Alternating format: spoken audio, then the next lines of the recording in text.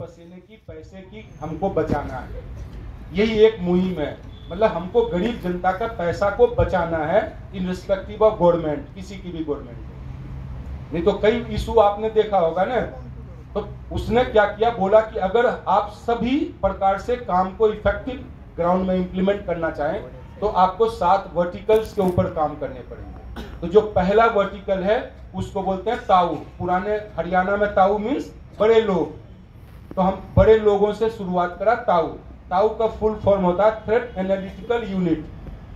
इसमें हम लोग क्या करते हैं, इसमें हम लोग करते हैं हिंदुस्तान के जितने भी स्टेट यूटी हैं, जितने भी मिनिस्ट्री डिपार्टमेंट हैं, उनको एक एडवाइजरी के तौर पे आगाह करते हैं। जैसे मौसम विभाग हमें आगाह करती है कि बहुत तेज आंधी तूफान आने वाली है, बारिश आने वाली है, तो हम घर से क्या करते हैं, या तो छतरी लेके चलते हैं या रेनकोट लेके चलते हैं, या हम अपनी यात्रा को विलंब करते हैं, कभी हम नहीं घर से निकलेंगे, हम परेशानी में पड़ जाएंगे।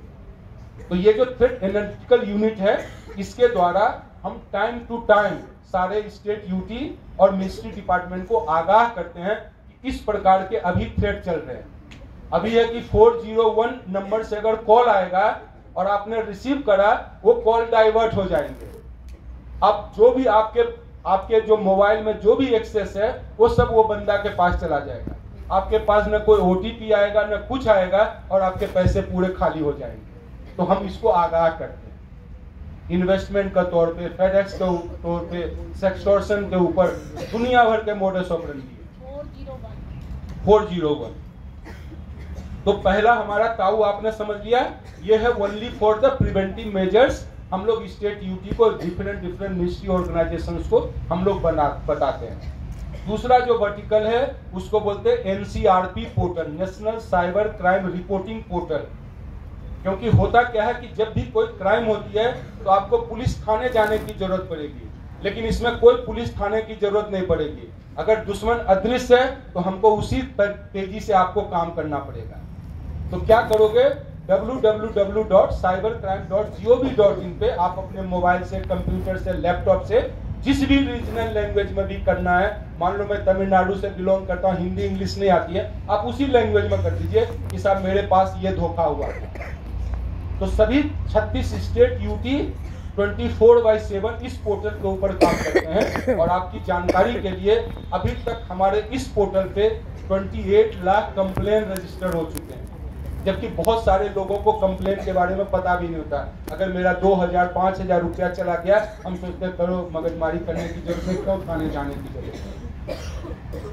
और पर डे हम 5 to 6,000 कंप्लेन रिसीव करते हैं पर डे।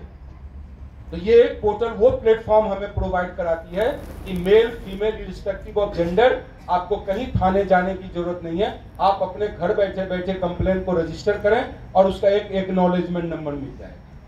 अब हमारा गृह मंत्रालय का क्या काम है कि जितने भी कंप्लेन की रजिस्टर होती है उसका मास्टर की हमारे पास है। हम हर दिन चाबी खोल कर देखते हैं कि वेस्ट बंगाल में कितने कंप्लेन हैं।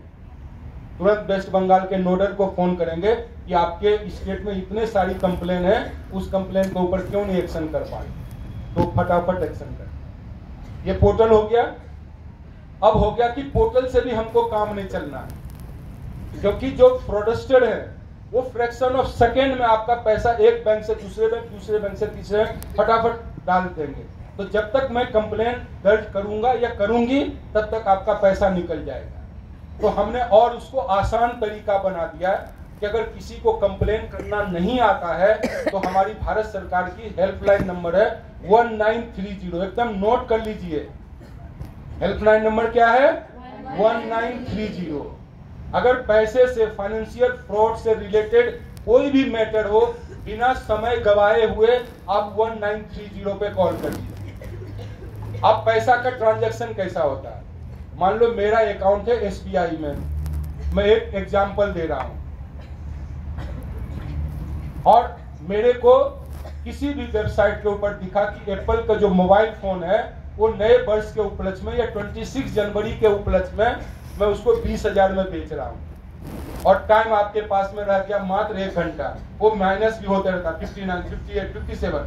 तो बच्चे सोचते हैं कि मैं पापा मम्मी को तब बताऊंगी या बताऊंगा जब मैं एप्पल का मोबाइल फोन 20,000 में खरीद लूंगा। वो फ्रॉड वेबसाइट है, आपका पैसा चला गया, या कोई फिशिंग लिंक आपके मोबाइल पे दे दिया।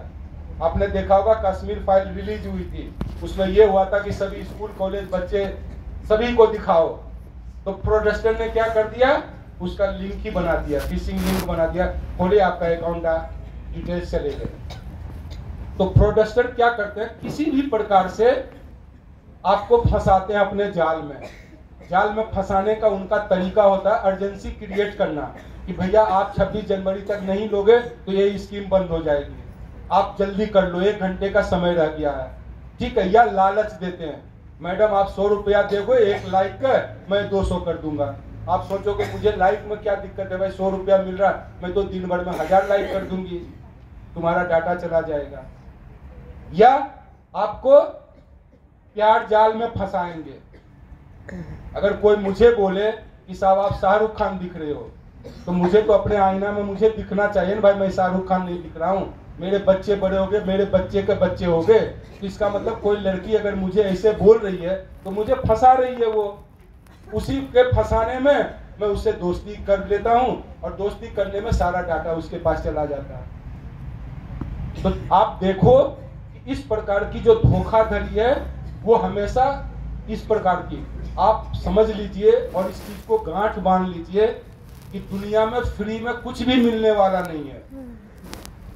आपके माताजी आपके पिताजी ने अच्छा खाना भी बना दिया है तो आपको खुद को खाना पड़ेगा। 1-2 दिन वो खिला सकते हैं, बार बार वो भी तंग आ जाएंगे, नहीं। तो ये मेरे को एप्पल का फोन कौन दे देगा भाई, मुझे शाहरुख खान कौन बना देगा, मुझे कैटरीना कैफ कौन बना देगी। आप समझ रहे हो ना इस प्रकार के। तो क्या होता कि जैसे आप लिंक क्लिक करोगे ना, आपके अकाउंट से पैसा चला जाएगा। तो जो फ्रॉडस्टर होता है उसकी टर्म्स एंड कंडीशन होती है कि एक अकाउंट से पहले वो पैसा दूसरे अकाउंट में डालेगा, और फिर वो दूसरे अकाउंट में डालने के बाद क्या करेगा, आइदर एटीएम से विड्रॉ कर लेगा, या मुझे फ्री का पैसा मिल गया, मैं गोवा घूम के आती हूँ, अंडमान निकोबार चले जाता हूँ, टिकट ले लो, हवाई जहाज के टिकट खरीद लो, तब आपको पता चलेगा कि मेरे साथ धोखा हो गया। या कई बार आपने देखा होगा, आपने पार्सल नहीं मंगाया, आपके घर में पार्सल लेके आ जाएंगे और बोलेंगे अच्छा कोई बात नहीं मैडम, आपने नहीं मंगाया, कोई बात नहीं, इस नंबर पे मुझे क्या, मैं तो गरीब आदमी हूँ मैम, मुझे कुछ नहीं, मुझे कंपनी को बताना पड़ता है, आप इस पे डायल कर दीजिए कि मेरा पार्सल नहीं। आपने डायल किया, कहानी खत्म हो गई। अरे भाई मैंने पार्सल मंगाया नहीं, मंगाई नहीं, तो मैं नंबर क्यों डायल करूंगा भाई। कभी भी मर्सी के ऊपर में भरोसा नहीं करना कि ये गरीब आदमी है, ये बुढ़ा आदमी है, ये मरने वाला है, तुम्हारा लाइफ खत्म हो जाएगा। तो हमने हेल्पलाइन नंबर से क्या कर दिया कि जैसे 1930 पर कॉल करोगे, बैंक को पता चल जाता कि आपका पैसा किस बैंक में गया। आप सभी से रिक्वेस्ट करूंगा कि परेड के बाद